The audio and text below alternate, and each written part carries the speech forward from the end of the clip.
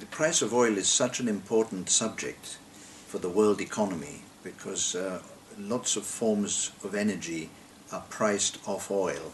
So the importance of this subject is so great that we must continue to try to understand what drives oil prices. So although it sounds sometimes and feels like we're groping in the dark, this doesn't mean that we must not keep on trying because of the significance of the subject. So I think, yes, I think people should continue to research the factors that drive the price of oil. There are three key elements. One is, of course, to understand the fundamentals and how they interact: demand, supply, stocks, and prices, of course. But now, because of the huge importance of the futures markets, the derivatives markets in oil, one must have a good understanding of how those markets work and how they interact with the markets for physical oil. So we have two markets. We have the physical oil market and the paper oil market, and the two, of course, interact, and it is important to understand the dynamics between the two.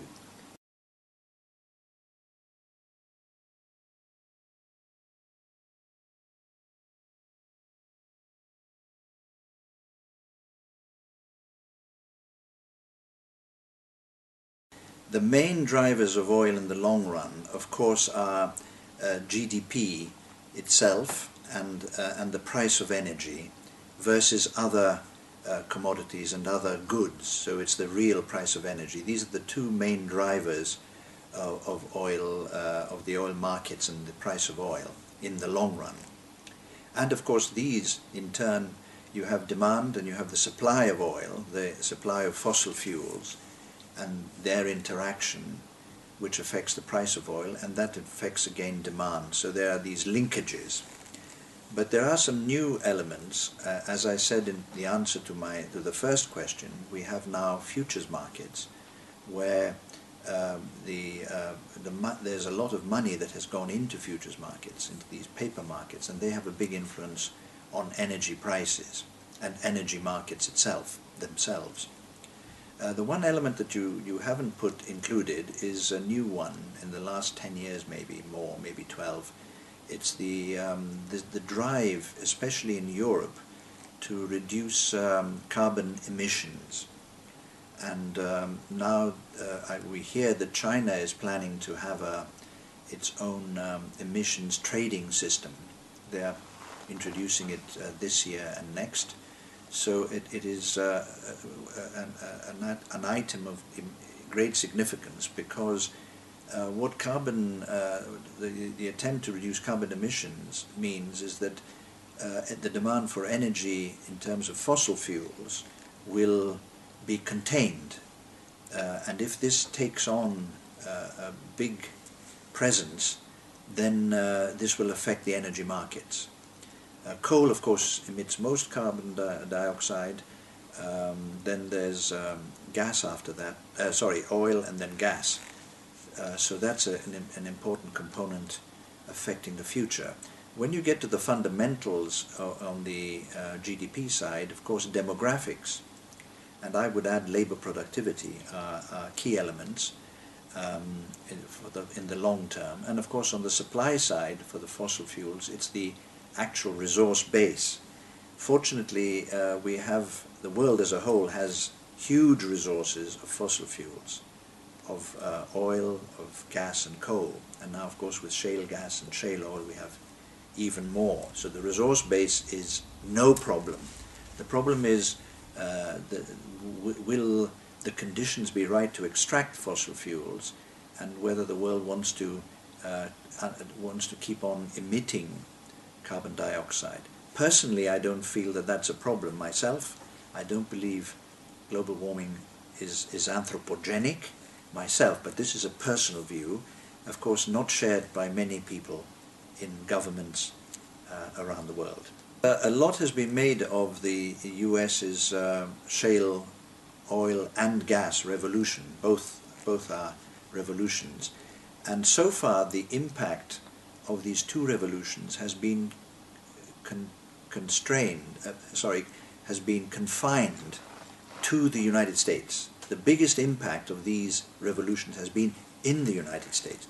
In the United States, you're not allowed to export crude oil.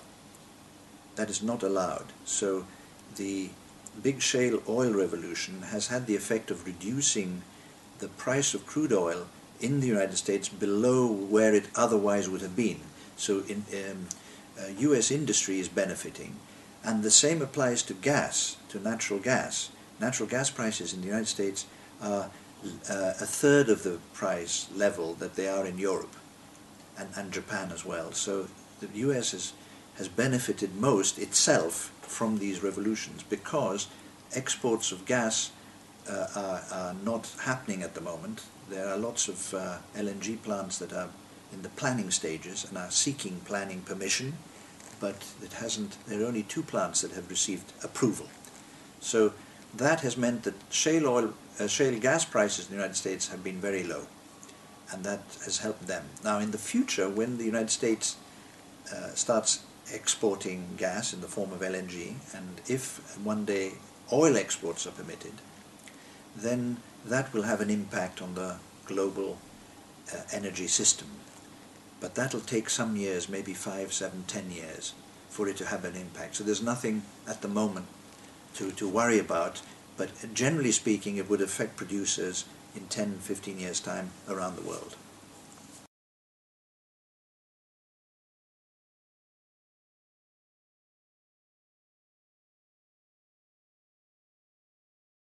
I personally do agree with this statement. I do believe that the financial markets and the derivative markets do have an impact on the physical market for oil, and we know from research that we also know quite a bit about the transmission mechanism. I would call it the transmission mechanism, and it comes through the forward curve. Now the forward curve links the expectations of the future with the current situation in the physical markets for oil. And that linkage, that bridge, is what transmits forces from the future into the present. Now, if the financial factors, if the financial players are, let's say, selling more oil in the future or want to buy more oil, it affects the shape of the forward curve, and that in turn affects the spot markets. So we know quite a bit about the so-called transmission mechanism. I myself believe that both the physical market, the fundamentals in the physical market, and the financial side excuse me, are interlinked. Let me give you an example of how this might work. Let's say that the forward curve, which gives you the futures prices versus the spot price, if let's say the futures prices are higher than the spot price.